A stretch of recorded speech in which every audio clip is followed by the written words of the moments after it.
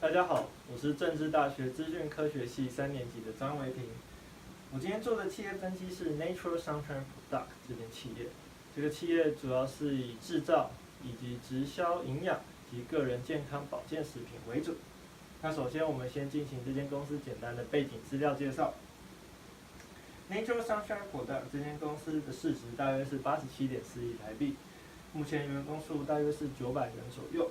这间公司的目标以及愿景呢，就是致力于提供全球消费者创新优质的健康解决方案，重塑生活更加健康美好。他们希望能成为健康行业中的领航者。图中的夫妇便是创办人夫妇 Janet Hughes 以及 Christine Hughes。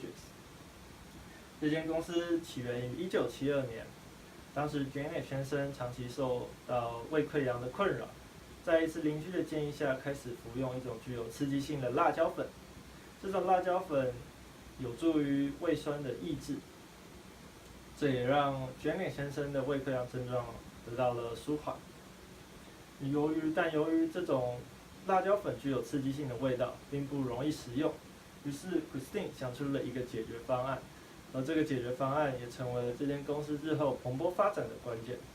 Christine 想出将辣椒粉装进胶囊内，将不止方便，更加容易的食用。而在这周末，他们尝试着将辣椒粉装进胶囊内，并说服了附近的药局开始贩卖这个产品，这也成为了这间公司的起源。在了解了这间公司简单的背景后，我们要开始介绍它的发展历程。我将它的发展历程分为4个时期，每个时期都有主要的目标。第一个时期是快速扩张，再来是海外开发，接下来是品质确立，再来是通路开发。1972年公司成立后，它以 door-to-door 直销的方式去贩售产品，快速的累积到会员人数达到近2500名会员，短短6年内便成功上市。这个时期也就是快速扩张，公司发展迅速。在上市后，公司开始积极拓展海外的据点，像是在中南美洲以及欧洲设立据点。在10-20年间，累积到了将近30万人次的会员，业务范围可说扩及全美洲以及欧洲。公司也是发展相当迅速，这个时期也就是海外开发时期。那在2000年后，这间公司开始追求品质的确立，有好的品质就有好的品牌形象。那这间公司除了不断的扩张自己的研发中心，像目前已经拥有了5个新创以及4个临床实验室，同时努力获得各国的食品认证，要确保自家的品质是最安全无虞的。那在近年，他开始开发新的通路，像是在16年，也就是今年，正式在中国取得了直销的许可，在上海成立了第1个据点，开始努力开发中国这个大市场。除此之外，也积极开发电子商务模式。现在消费者不仅能透过直销的方式购买，更可以在网络上搜寻到 Natural Sunshine Product 的产品。那介绍完发展历程后，我们要简单介绍这家公司的产品。Natural Sunshine Product 公司主要是以草药类的膳食营养补充品为主。那由于前面有提到，它拥有强大的研发团队，目前产品的品项多达500多种，因此可以依照个人化的需求去做安排。像是你可以以健康的类别去寻找你所需要的食品，或是依照身体系统，更可以依照成分来寻求你所需要的产品。那除了获得认证外，这间公司的制造过程也是有自己的原则的。它坚持4个原则，它有4个核心理念。第一个是甄选原料，从世界各地选出最好的供应商，并从中选出最天然纯净上等的原料，并定期检验供应商的设施流程。取得了好的原料后，接下来就是开发，精于功效。在研发环节，透过5个新品及4个临床实验室，不断试验并优化产品，试图去找到最符合人体的需求。接下来是严格的内控，拥有专业完善的生产基地，在严于世界标准的条件下进行生产。最后生产出来的产品还要经过检验，也就是他们的全程质检。生产出来的产品要经过600多项的测试，才可以确保这项产品是安全无疑的。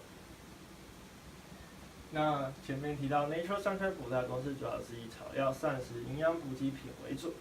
那我们就进行先对美国健康食品行业的概况进行简单的分析。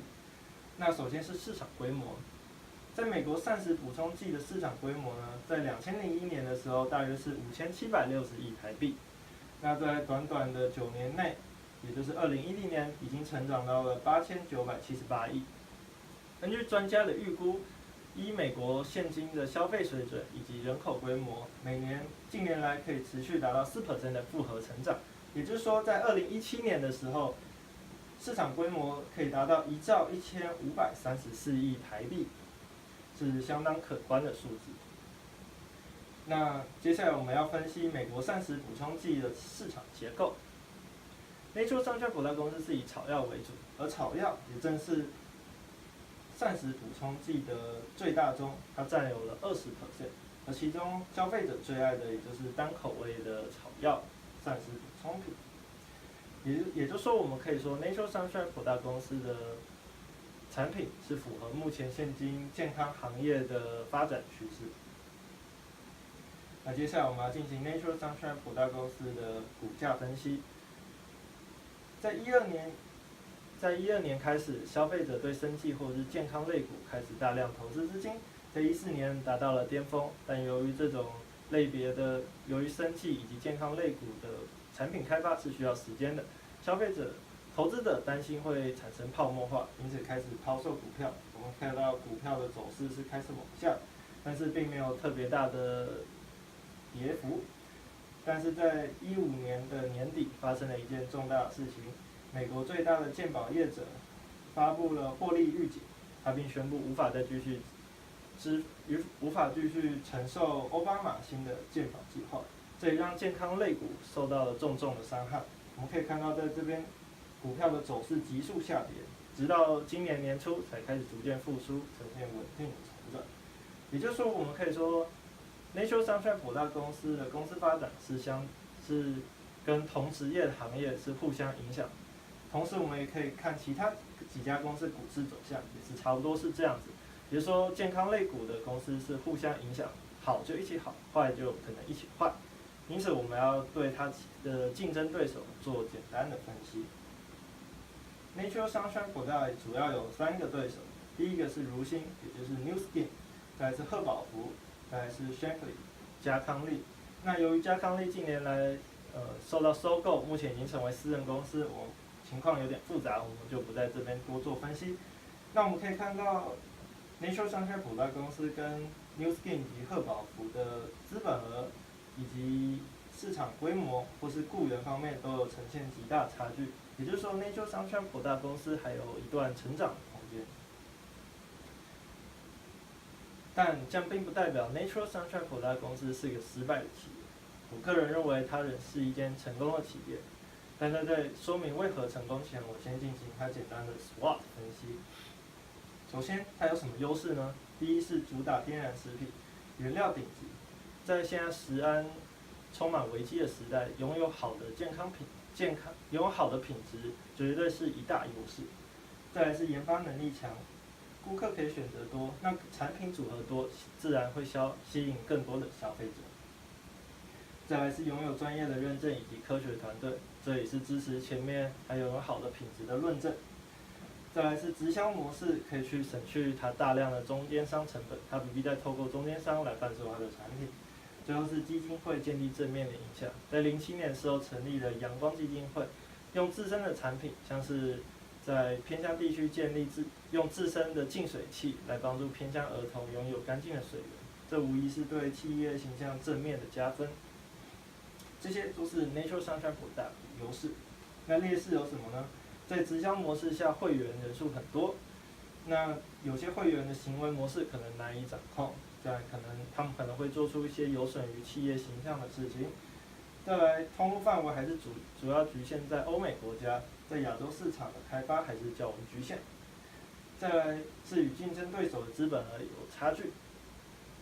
那它有什么机会呢？第一是电子商务的开发，在其他行业同业像是贺宝福以及 New Skin 目前都还没有电子商务平台，所以它是可以说是在电子商务里面抢得先机。再来是可以与医美或者健康中心的体系进行合作，或是新药材的开发搭配亚洲药材，像跟中国的一些中药材进行结合，这也是一个新的机会。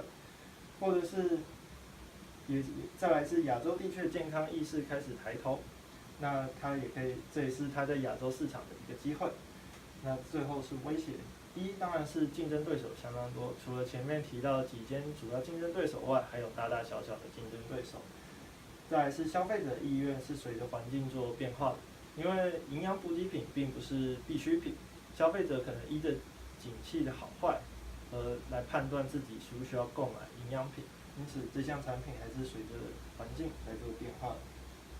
那整体来说，我认为这间公司是一间成功的企业。第一是它拥有好的品质，前面已经提到它对于品质的坚持。再来是它拥有强大的研发团队，拥有许多变化的产品，这也是它的一大优势。再来是市场的开拓，也就是说，它在电子商务的开拓是领先者。未来网络消费模式是一大新趋势。若是先在里面进行开发的话，未来是有机会找到新的通路进行突破的。以上我认为 Natural Sunshine Product 公司是间成功的企业，这是我的分析，谢谢大家。